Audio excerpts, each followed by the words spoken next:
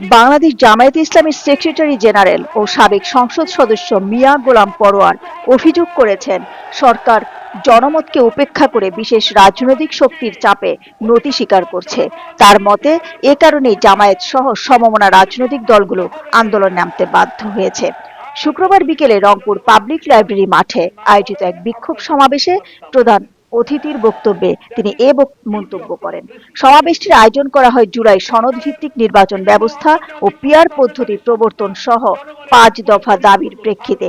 মিয়া গোলাম পরোয়ার বলেন, অনেকে বলছেন সরকারের সঙ্গে আলোচনা চলছে, তাহলে আন্দোলনে নামার কারণ কি? আমরা স্পষ্ট করে জানাচ্ছি, একদিকে জুলাই সনদের কথা হবে, অন্যদিকে গোপনে বিএনপির সঙ্গে আলোচনায় বসা হবে। এটা হতে দেওয়া যাবে না। আমাদের নিরপেক্ষভাবে ডাকুন, ৫ দফা দাবি মেনে নিন, তাহলেই আমরা আন্দোলন থেকে সরে আসব।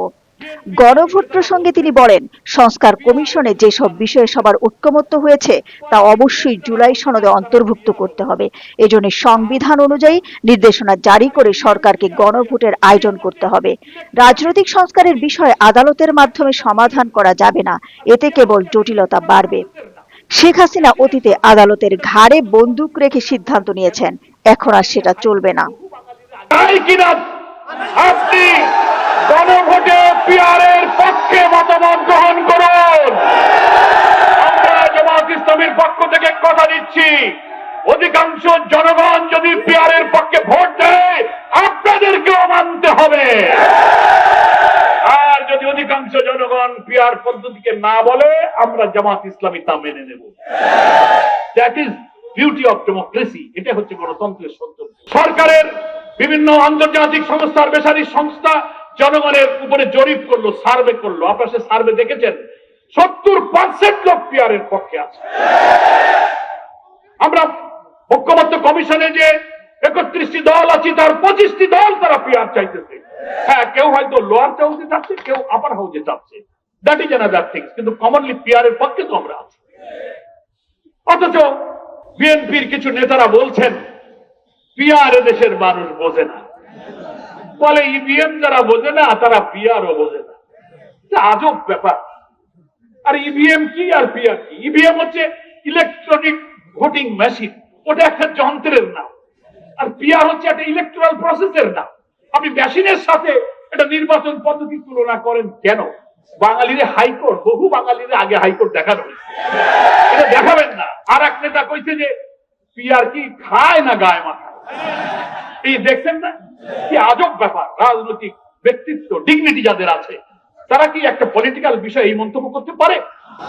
আমরা বলেছি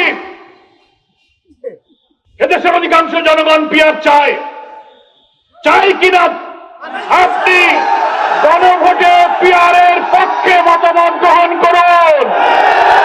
আমরা জামায়াত ইসলামীর পক্ষ থেকে কথা দিচ্ছি, অধিকাংশ জনগণ যদি পিআরের পক্ষে ভোট দেয়, আপনাদেরকেও মানতে হবে। আর যদি অধিকাংশ জনগণ পিআর পদ্ধতিকে না বলে, আমরা জামায়াত ইসলামী তা মেনে নেব।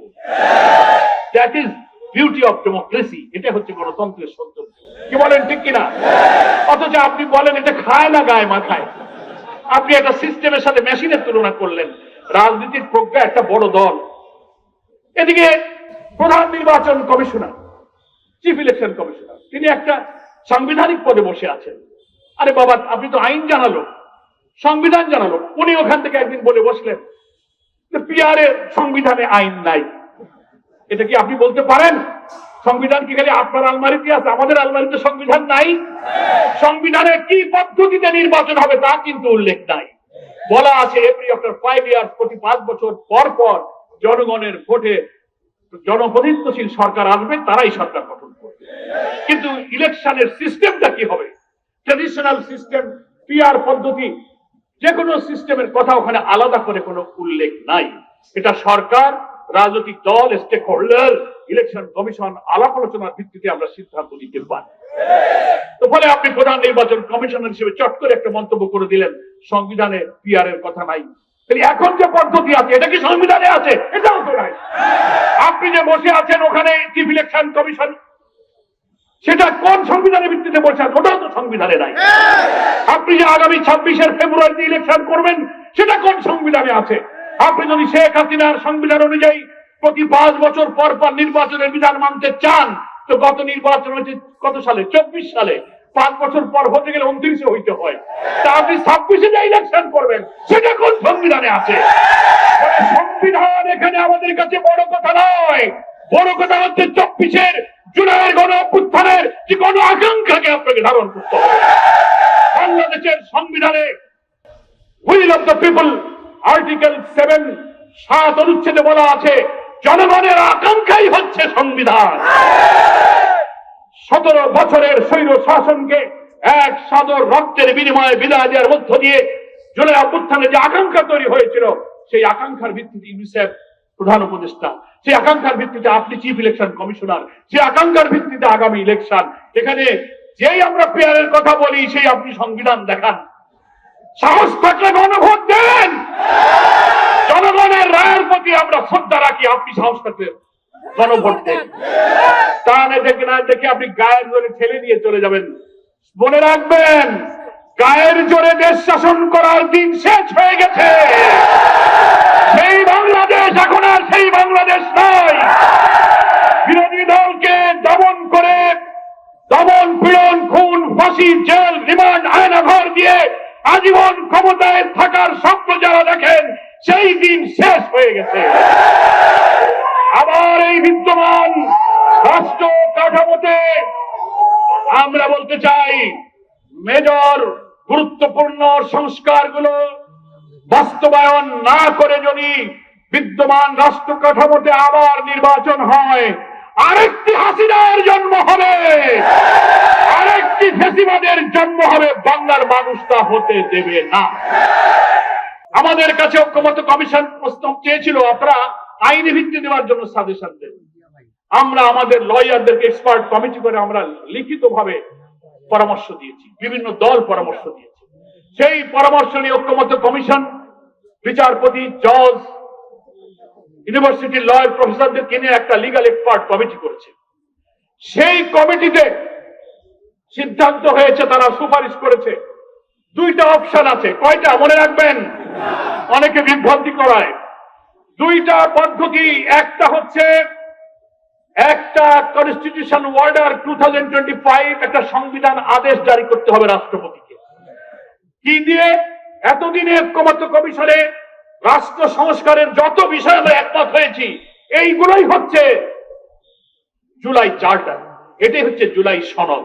এটাকে সমস্ত সংসারের বিষয়গুলো, সমস্ত সংস্কারের বিষয়গুলোকে জুলাই সনদের মধ্যে অন্তর্ভুক্ত করে এটাকে এই জুলাই সনদের মর্যাদা দিয়ে আইনি ভিত্তি দিয়ে, এর ভিত্তিতে আগামী নির্বাচন করতে হবে। এটাই হচ্ছে আইনি ভিত্তি। ঐক্যমত্য কমিশনের লিগ্যাল এক্সপার্ট আইনজ্ঞরা বলছেন, একটা পদ্ধতি হচ্ছে কনস্টিটিউশন অর্ডার 2025, একটা সংবিধান আদেশ জারি করতে হবে রাষ্ট্রপতিকে। আরেকটা হচ্ছে এই সংবিধান আদেশটার পক্ষে মতামত দেওয়ার জন্য একটা রেফারেন্ডাম, একটা গণভোট দিতে হবে।